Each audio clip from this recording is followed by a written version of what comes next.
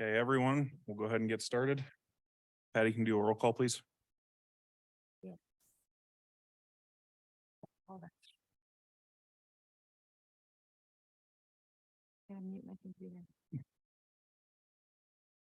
After the standard technical difficulties. Nope. Commissioner McCaffrey, Here. Knack, Here. Whitehouse, Here. Moyer, Here. Chalet, Here. Sarter. Here. Any additions or deletions from the agenda tonight? No, sir. Thank you, Mr. Byrd. Anyone wish to speak on non-agenda items? Mr. Sattler? Attaboy, thank you very much. All right, can I have a motion to approve the minutes from the March meeting? I make a motion that we approve the meeting minutes from the March 6, 2023 Planning Commission meeting. I second. Roll call, please. Commissioner McCaffrey, Approved, yes. Knack, Yes. Whitehouse, Yes. Moyer, Yes. Chalet, Yes. Sarter. Yes. Okay, moving on to new business. Staff and possibly the applicant will have a presentation regarding the site plan.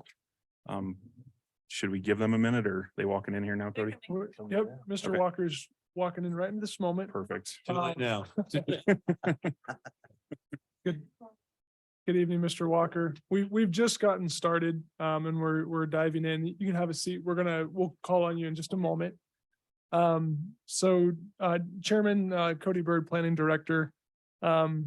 Just wanted to kind of, as we're diving into this, as in our typical fashion, staff will give an introductory presentation. The applicant will have an opportunity to speak, and then you can begin your deliberations on a site plan.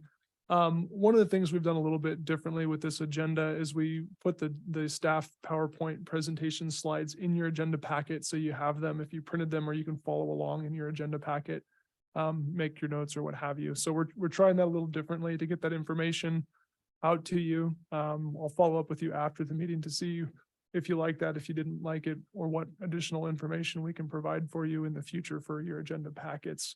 So that's a little different. And I will also note that the version in your agenda packet is the same that we'll be using. We did add 2 more slides with some just existing site photos. We probably should have had that in the original packet, and we didn't think about that. We thought it'd be helpful for you, so we've added that, and those will be in the presentation here in just a moment. So that's at the mute. Perfect. Thank you. So that's just a quick introduction. And so with that, I'll hand it over to Mr. Paul Whalen, our senior planner, who was the project manager assigned to this particular review. Thank you, Mr. Burke. Good evening, thank you. The item for consideration tonight is the site plan for a local business expansion. The applicant developer is Doug Walker with Walker Construction. And on behalf of his tenant AWC Frac Technologies, I'm seeking to get approval for a site plan for phase 2 of the construction on that property. A little bit of background about it. Site plan has a 3-year lifespan, and because the project was not completed within the 3 years, the town code requires that basically we had come back with a new site plan for new approval before he can seek any new building permits. The site is located in the northeast portion of the town, in the Bonfire subdivision, due north of where we sit today. The site is lot 4, block 1, Bonfire subdivision.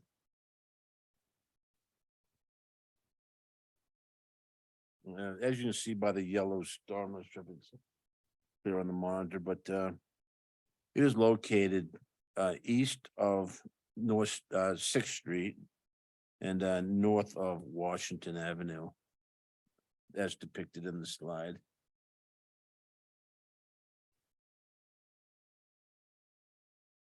This is our site. Phase 1, the southern portion was constructed in 2019, 2020. Phase 2, which is the northern portion of the site, that is the subject of the hearing tonight. And as you'll see from the site plan, the approved site plan, there were three buildings, buildings A, B, and C.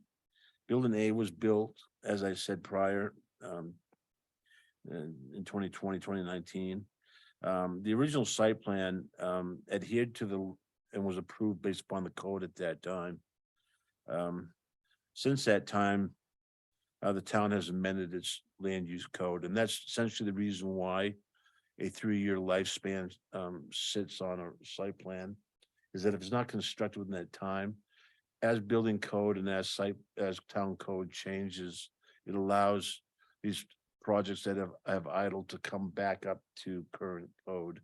So, with that, the landscape from, the approved amended land use code in 2022 allows for a minimum 8-foot landscape barrier around the perimeter of the industrial zone site. And also, and you'll see, as we advance through the slides, the result of this, proposed plan. But the building C, and building B is an office, C is warehouse comparable to what has been constructed and what is existing. I will add at this time that, the applicant,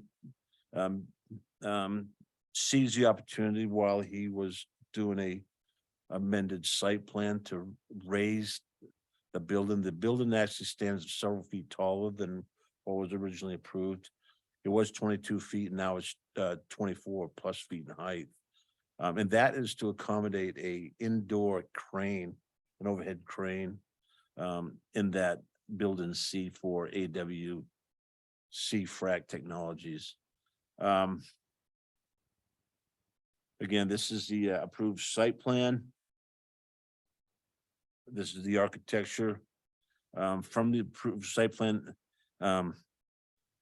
As you can see in red, the red is the portion is building C, the elevation for building C that we are looking at to amend tonight.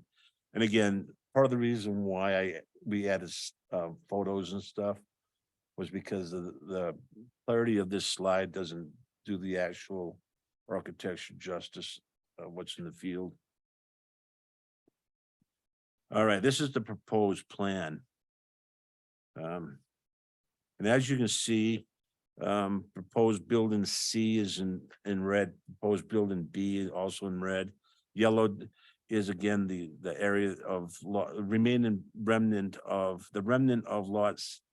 lot 4 that we're going to develop with per this application. The hatch, that was the actual parking in the prior, I'm sorry, actual landscape in the prior approved site plan. The applicant has chosen to convert that to parking, 8 additional parking lots. And let's see here. I'm not even following. You got it, stick with it. And this actually shows the approved site plan, just the way it came to us. You can see the parking has been added to what was landscape area. The trees just shifted closer to the street. Again, 8-foot minimum landscape perimeter, which was meets current code in regards to that. Again, the building will be 2 feet higher, office space to be added. And this is the proposed elevation for building C. The penetrations, the entry doors, access, garages, and so forth. This is a little bit of a deviation from the original elevation from the first plan that was approved. So that is just one more opportunity to construct the building to the needs of the applicant, of the tenant. And these are the photos of the site. Landscape,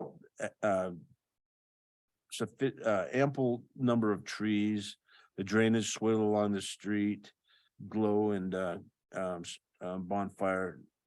I believe is Bonfire Drive and Glow Avenue. Again, the architectural character of the building, the doors and windows and so color theme and so forth.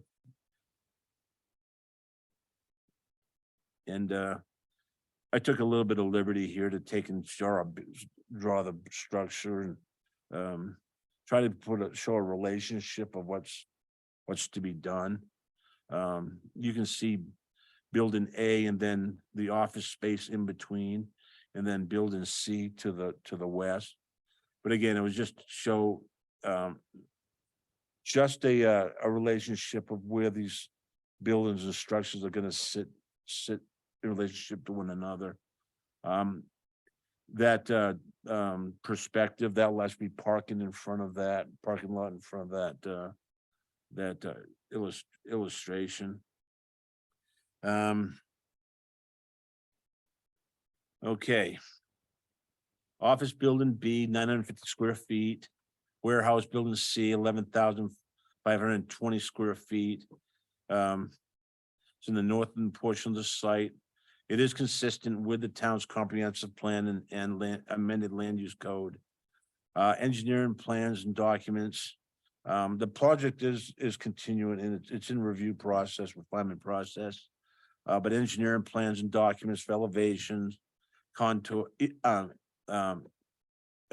elevation contours, site grade and drainage, utility connections, and all that stuff will be prepared to the satisfaction of the town engineer.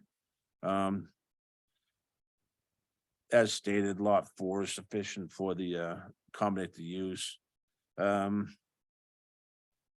again, it's in the review and refinement process, so it will be required to comply with all code before we sign off, and it should allow for building permits to be issued.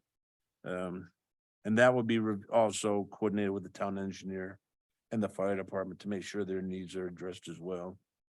And this site plan, like I say, it's only for phase 2 construction.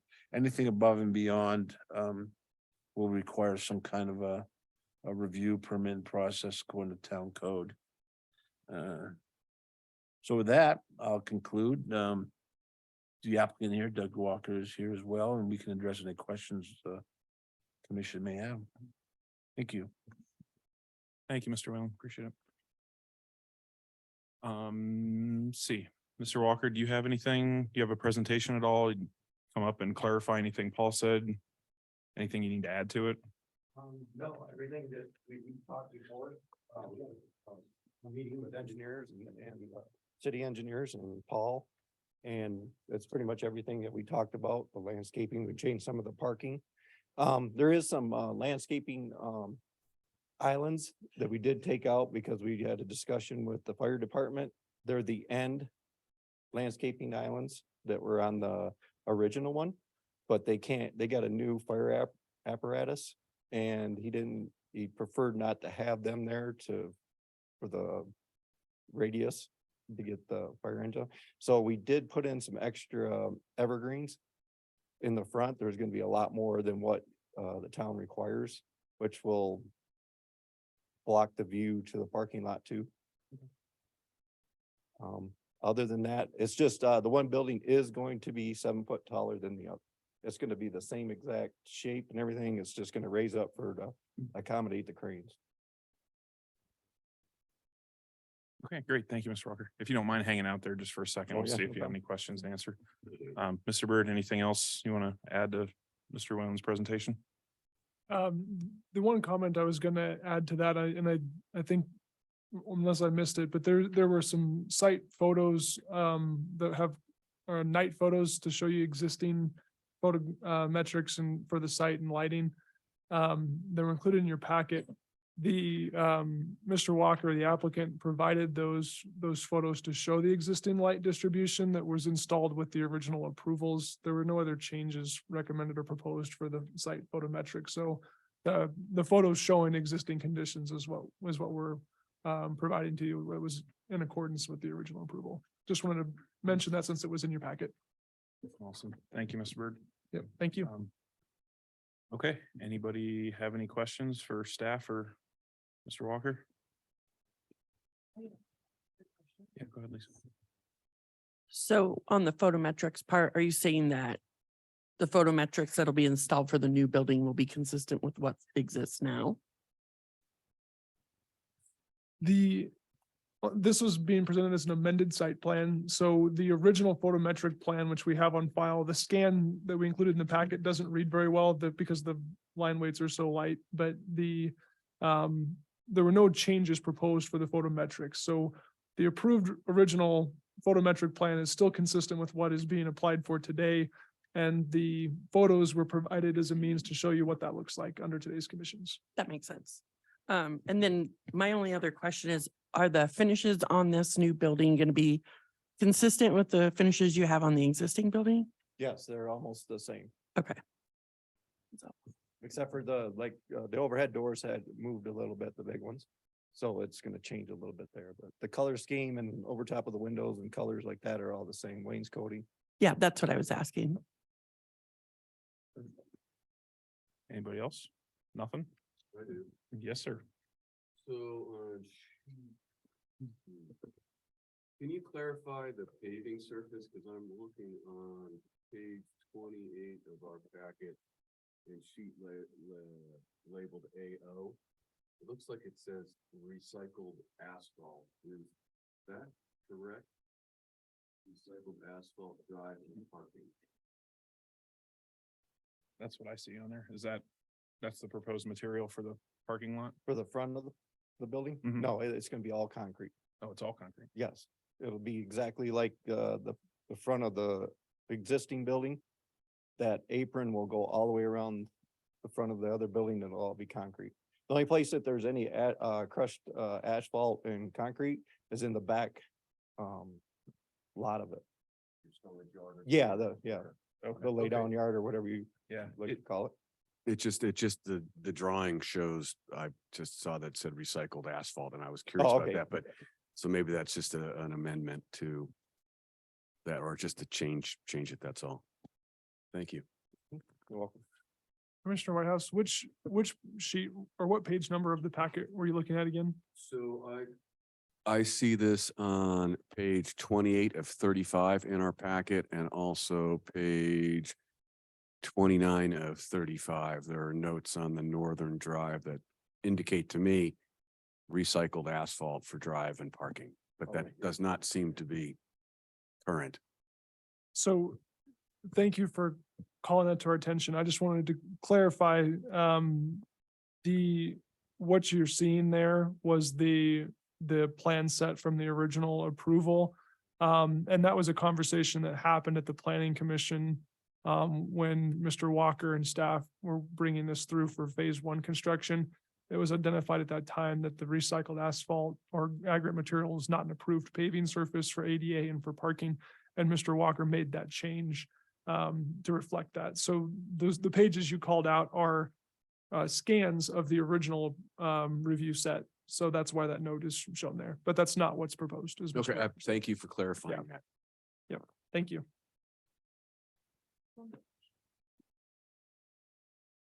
This is probably more for you, Cody, or well, your department.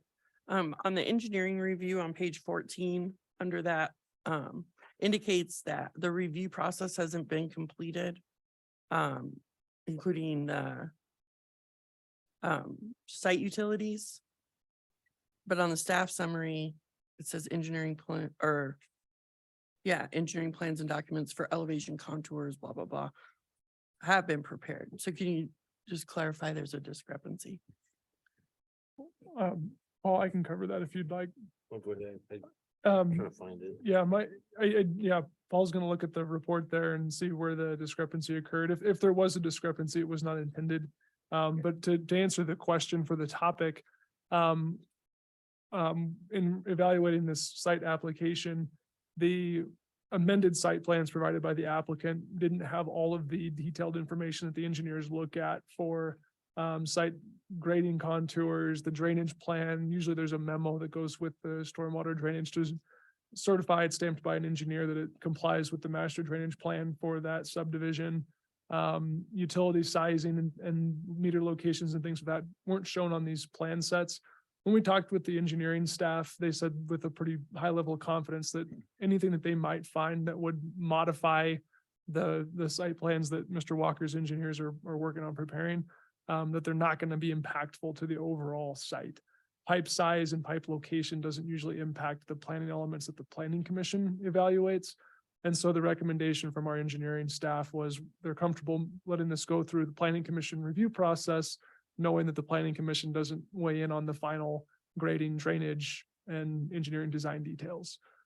So that was the recommendation from our engineering staff, was we can clean that stuff up and make sure that all of our items are addressed on the final revised set.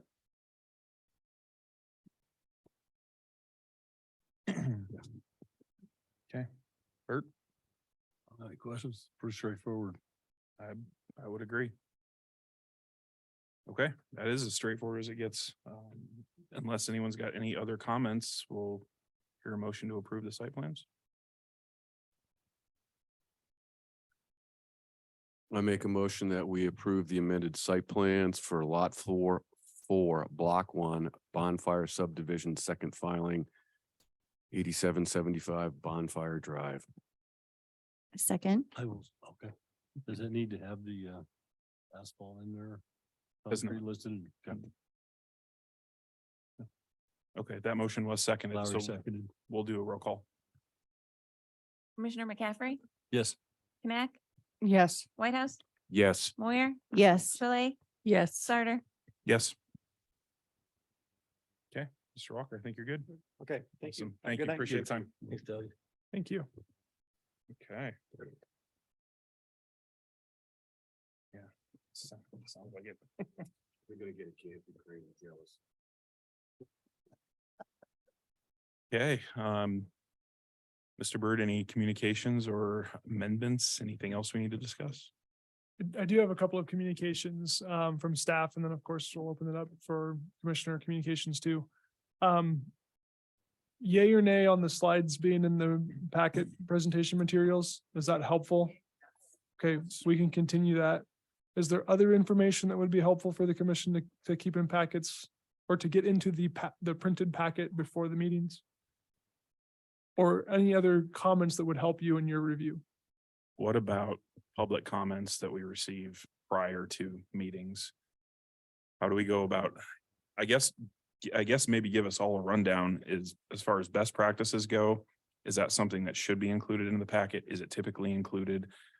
If it is, what does that do to your time frame and deadline as far as getting them submitted to make the packet? It seems like last month kind of threw all this out there as potential questions we should probably start talking about for a little bit better detailed packets. Yeah, thanks, Chairman Sarter. I'm not sure best practices, if there's a tried and true method that everyone would subscribe to. Generally speaking, my philosophy is if there's a public comment to be made, then there's no reason why we wouldn't allow it. But from a timing standpoint, what we learned from the last meeting was we got, the agenda was published on Thursday, and we had quite a few public correspondence that came in on Monday, which staff receiving those and forwarding them on to planning commissioners didn't allow a lot of time to read and digest and think about that volume of public comments. So one of the things that staff has considered moving forward is publishing with the agenda packet a cutoff for when written communications can be received to provide to the planning commissioners. We might make that Friday at 5 as just an example that we're looking at. That way it would leave, Monday morning for town staff to put together. These are all the comments that were received by 5 o'clock on Friday, and send that in an email communication to planning commissioners. So you have that information Monday to consider and review. And anything that comes in after that, we'll just be advising those individuals. We still want to hear your public comments. We can't include your written comments in the packet or in a correspondence to the commissioners. So please come to that meeting and speak at that hearing to share your comments. So that's kind of what we're evaluating and the direction we might move forward is just making it clear how people are still able to communicate their concerns, but not putting it on the planning commission after 5 o'clock on the day of the meeting to read hundreds of pages of materials. Yeah, because inevitably that'll happen again at some point in the future. I think as far as including other things, I mean, anything to improve transparency. Can you comment on the email thing for a second? The email, what do you mean? What you guys were just talking about? What Cody just said about forwarding emails to us? I think that's fair. What's your Yeah. question? Yeah. You were suggesting that you would send them to us Monday morning. And like, I have to work. So if it's this many emails and I'm getting it. I think hypothetical timeframes there. Nothing's been set as far as deadlines or anything like that. concrete feedback. Yeah, to back it up. I would agree. Yeah, Monday morning is. It's kinda too hard. late. I would Like, agree. I mean, if it's 3 comments, it's not too late. I mean, obviously, if you had a bunch of emails, I would rather you send then it to me. every maybe you time just go. go, well, we have to put this meeting off then. Which is kind of what happened anyway. I think setting a deadline for maybe getting the packet out a day earlier. And then the deadline for written public comment to be included in the packet is X, and it's not the day of the meeting. It's significantly before the day of the meeting. Well, I have a question. Would it not be, I mean, I know staff there's a cutoff period for them because they have to organize this information. I don't know if it's 2 PM the day before, but there's some work on the back end that you're required to do to get this presentable and get it published. I mean, is it reasonable that those public comments should also be received prior to whatever the internal staff deadline is? And then is that a reasonable possibility then it would be published as part of the packet? I'm just throwing that out. I mean, and then again, I don't think that's an attempt to minimize people's ability to comment, but I mean, there are timeframes that for notice and publication that town staff must adhere to. And is that a reasonable solution to make it the same thing for that? Yeah, I appreciate that, Commissioner Whitehouse and others that have weighed in too.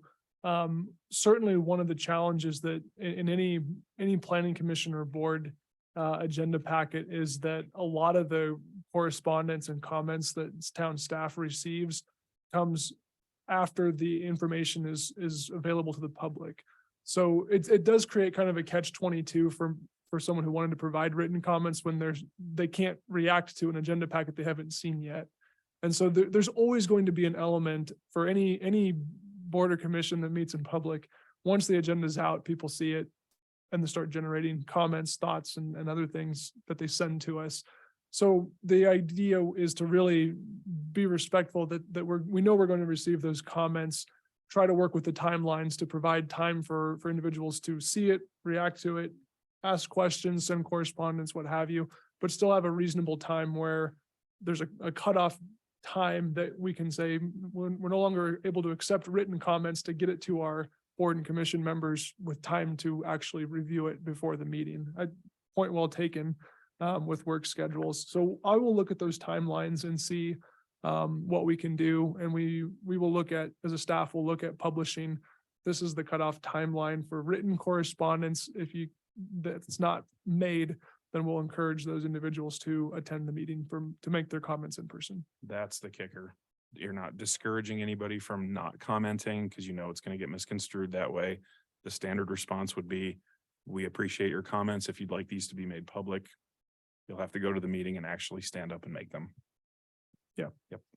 And we'll, obviously, staff will still keep a record of anything that we receive that comes in after the fact. It's not like those comments go on deaf ears. It's not like staff is saying we received your email, but we're not doing anything with it.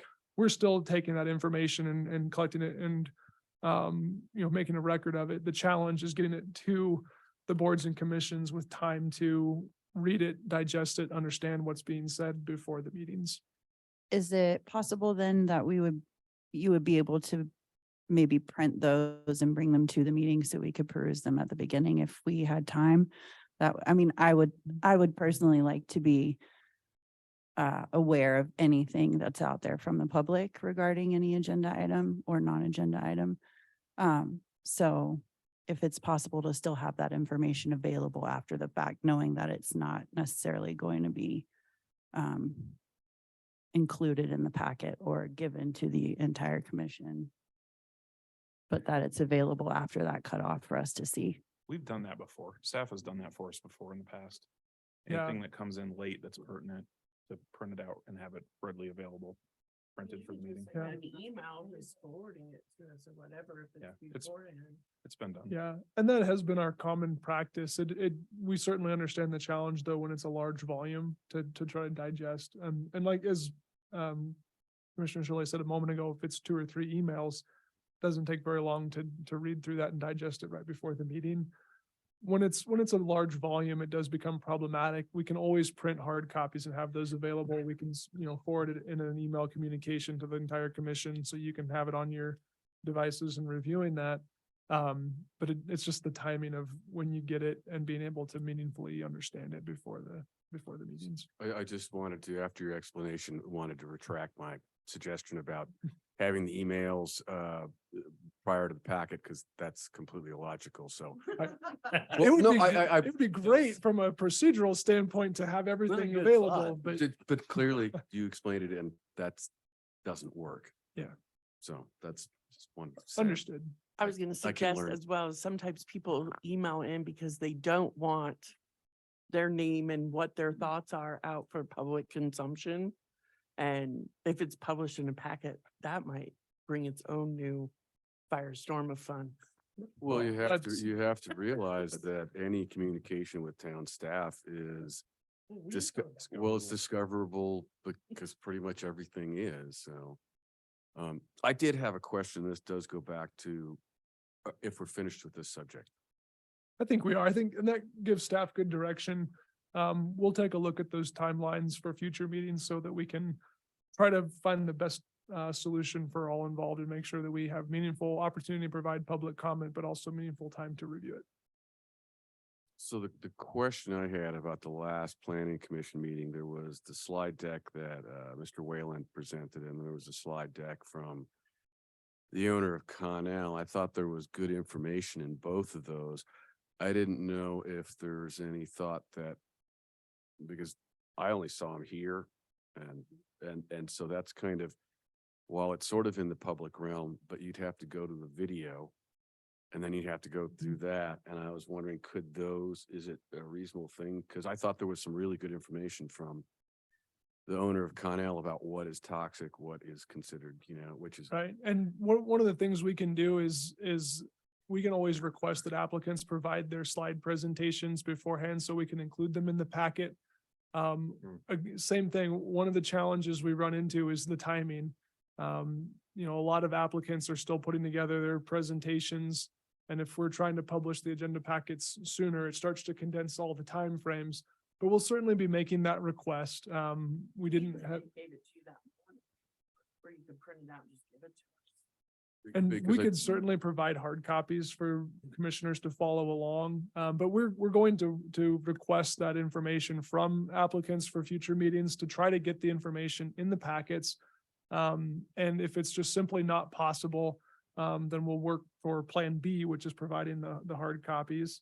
And I'll throw it out there too. I can't make an applicant give us presentation materials just in the same way that we can't control what people say in a public forum or public comment session. Sometimes I've worked with applicants in the past where they held that information pretty close to their chest until they were ready to present it because they were trying to protect proprietary information or otherwise. So it is a little bit nuanced, but what we're going to be working towards doing is getting that information beforehand, getting them in the packets and getting your packets published sooner to allow you more time to review those materials and to allow time for the public to react to that and get that correspondence to us Mhm. for all those materials that you Well, mentioned. the part of the reason I'm wondering, because I thought there was some good information from I guess the president of Connell about there seems to be quite a bit of confusion or misinformation being floating We're around. getting a little Yep. too I was deep in the just weeds, gonna that say. I think. And just in terms of the application that's still pending, but we certainly are aware that we're trying to get more information that's going to be presented in the meetings available sooner for everyone to react to. Is it That's- possible for us to get the slide deck from the last meeting? Yes, again, we're getting a little deep in the weeds for general communications, but if you Right. have information needs that you'd request, you can email me and I can get that for you. Well, how, Okay. how about that question in a general format then? If the applicant presents a slideshow, they're not able to submit it in time for the packet. Is there a way to obtain that later without having to go back to the actual video of the meeting? Can they submit that to you and can it be out there for public consumption after the meeting? Somebody misses the meeting, there's, Hmm. there's a question that came in that you think of and, a week later, are you able to Yeah. go on the site somewhere and pull up that slideshow So. later with any applicant? Right, Anybody. I'll talk with our town administrator and our town clerk regarding public records.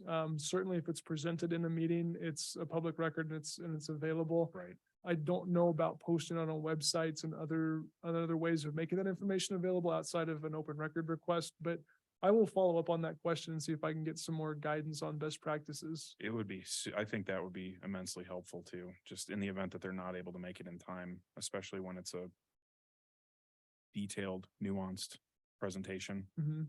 that be available in more ways than just a grainy video that you have to search for. Okay, Fair enough. yeah, I think that's a great suggestion. We'll see what we can come up with for ways to make that available. See what else we can think of to make your job harder while we're at it. Thanks for that feedback. That's really helpful as we kind of work towards continuously trying to improve our processes and procedures. I do have a couple other quick communications and then I'll give it back to the commission. We recently interviewed, we being the town board of trustees and chairs of boards and commissions, conducted interviews for vacant positions, for one vacant position on the planning commission and vacancies on the board of adjustments, parks or Prost, Parks, Recreation, Open Space and Trails, and maybe one other one. But so those appointments are recommended. And I believe that's going to be on the April 11th Board of Trustees agenda for appointments. So hopefully we'll have another individual here to serve on the planning commission very, very soon. So that's forthcoming. The other communication I wanted to share with you, I'm going to share my screen here for just a moment. If I can get this opened up. We are struggling with that particular monitor. There is one in the back of the room that works.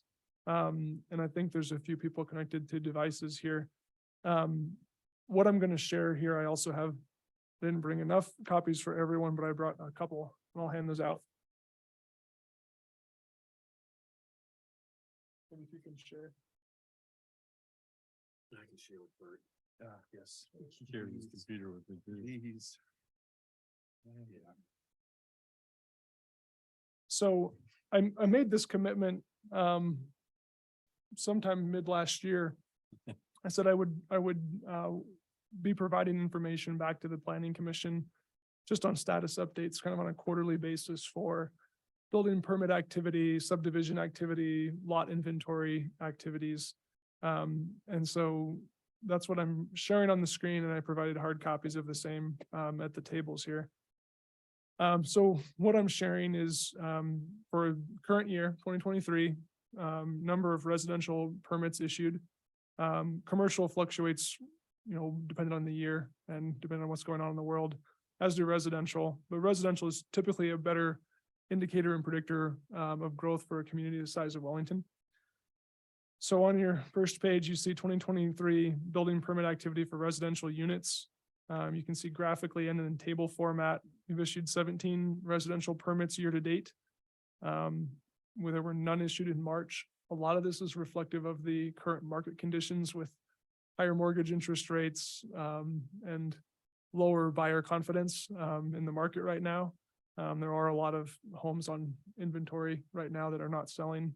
And so that immediately affects volume builders in their production. If they're not selling, they're not building.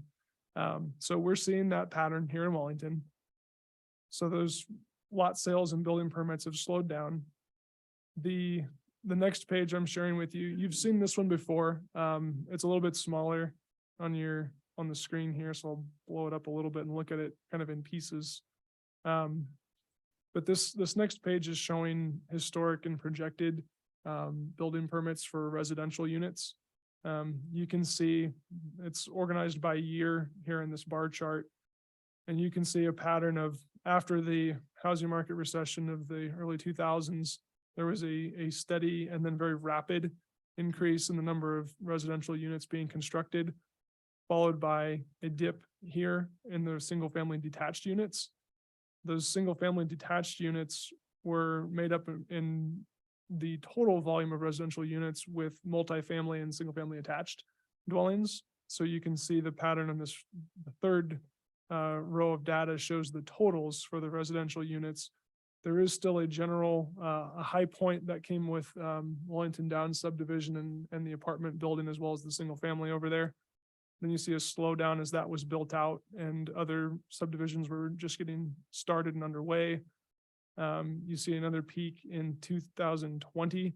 That peak coincided that year with changes in the town's requirements for raw water price and contributing wet shares as opposed to cash in lieu. There was a pretty big influx of permits at the end of the year when that change was taking place to beat the change, if for lack of a better term. And then the subsequent year, you saw build out of those permits that were issued. So that's kind of the anomalies you see in this data. We are currently slowing on the number of total units. We don't currently have any multifamily or single family attached subdivisions approved that are not fully permitted. Fully permitted meaning fully built out, permits issued for all the residential units for any attached or multifamily projects.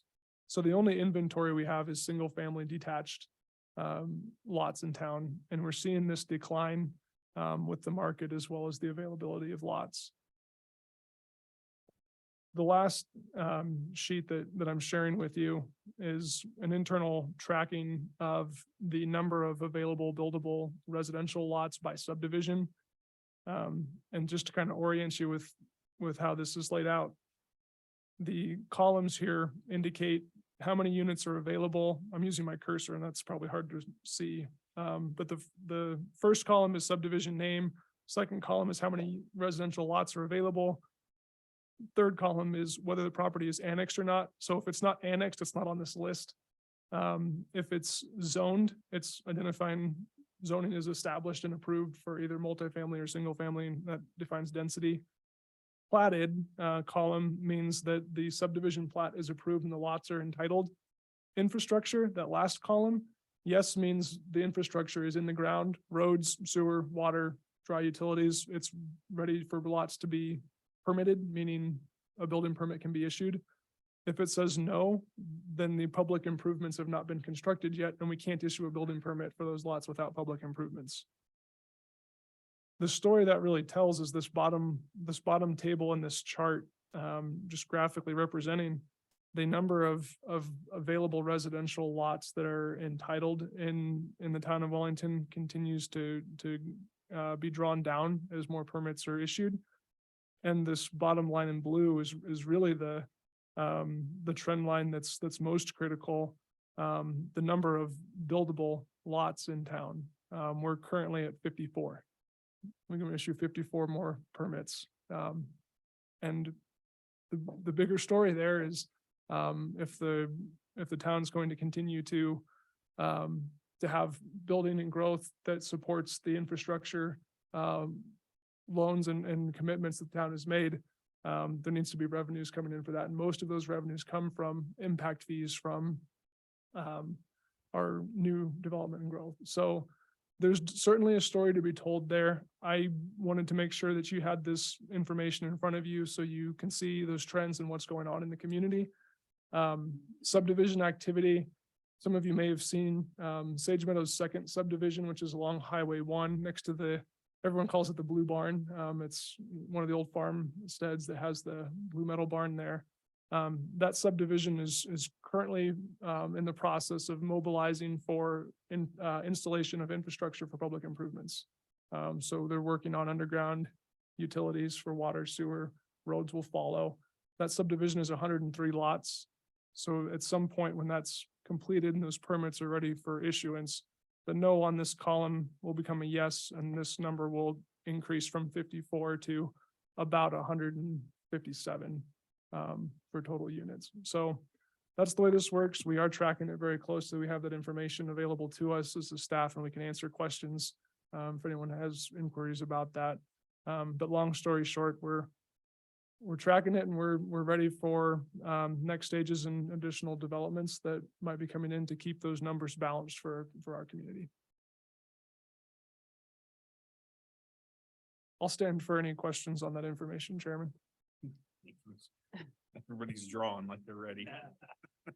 No, my simple question was, obviously, you're suggesting that Sage Meadows second, the two phases are going to be coming online. Can you tell us about, Sundance? Don't know about Sundance. That's been sitting out there, but are any of the other ones working towards that in the next, 2-year or 1-year horizon timeline?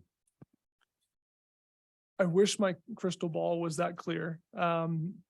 The development can be fickle in terms of the market conditions. And so we do have communications with the owners of those properties. I don't have any indication from Sundance that they're looking to initiate public infrastructure in the short term. Saddleback perhaps, but a lot of that's dependent upon market conditions and other project timing. So in large part, we're kind of waiting to see when the shoe will drop, if you will, for those. And town staff is ready for those conversations when the developers and builders are ready to begin. Thank you. You're welcome.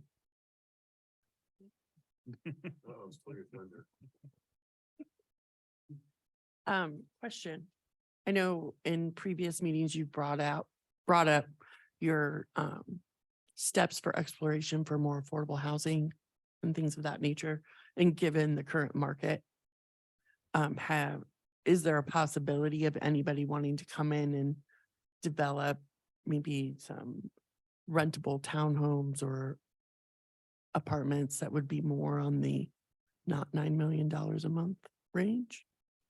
I would imagine that those inquiries are out there. No one has reached out to our town staff with specific sites that they're looking to target those types of markets. So at this time, we're not in any conversations with anyone for those particular housing product types. But we would be welcome to having those, and I expect that those will be forthcoming in the future.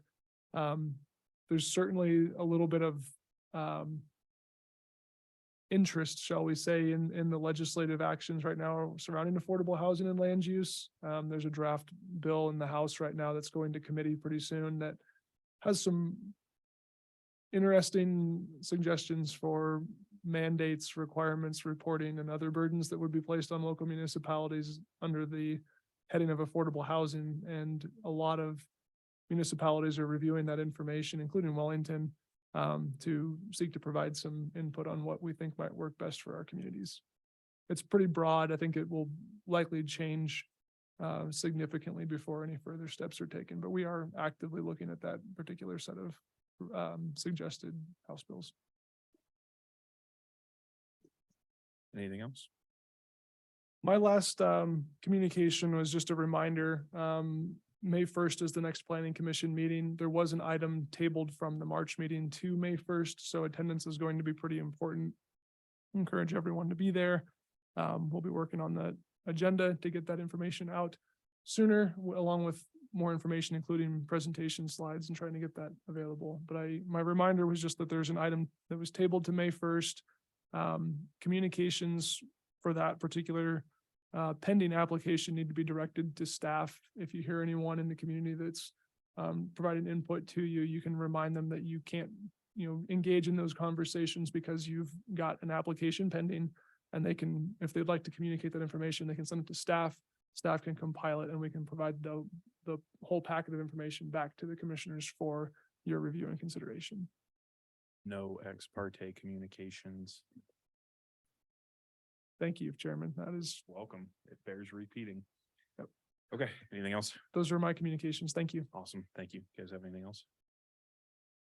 I wonder if you might be able to provide some sort of update. I know that something was, BNSF was supposed to do something down at, what is it, GW Bush? And I also know that it looks like they've got some hardware and some equipment stacked up here on near Cleveland Avenue crossing.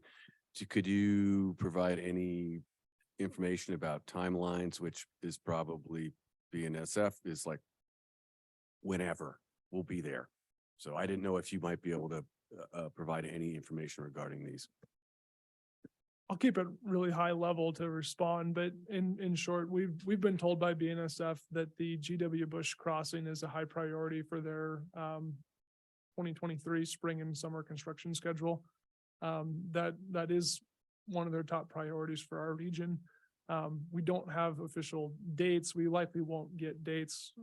Most of the time in working with the railroad and the volume of projects that they have to coordinate. When they're ready, they show up on site and begin work. We'll be reacting to make sure that we do the town's part for paving the road to connect to that new crossing surface. We'll be doing that as quickly as we can after BNSF is completed with their work. BNSF is also looking at some of their other crossings in the corridor here. Some of the crossing surface panels, crossing arms, and the metal structure that goes over the top with the lights and the whistles. I can't recall the term for that, but you're seeing some of that equipment dropped on site. They're just staging within their right of way to be prepared to make some additional changes at a couple of crossings, including Cleveland Avenue, Highway 1 and County Road 66 and within the Wellington area. Thank you very much. And my apologies, I don't have schedules for those. It's largely outside of our control or purview. And we react as best we can when BNSF makes their moves. Understood. Thanks. Thank you. Got nothing. Nothing? Nothing? Awesome. Adjourned. Cody, do you wish to have these back? If I could, please. I'll collect this.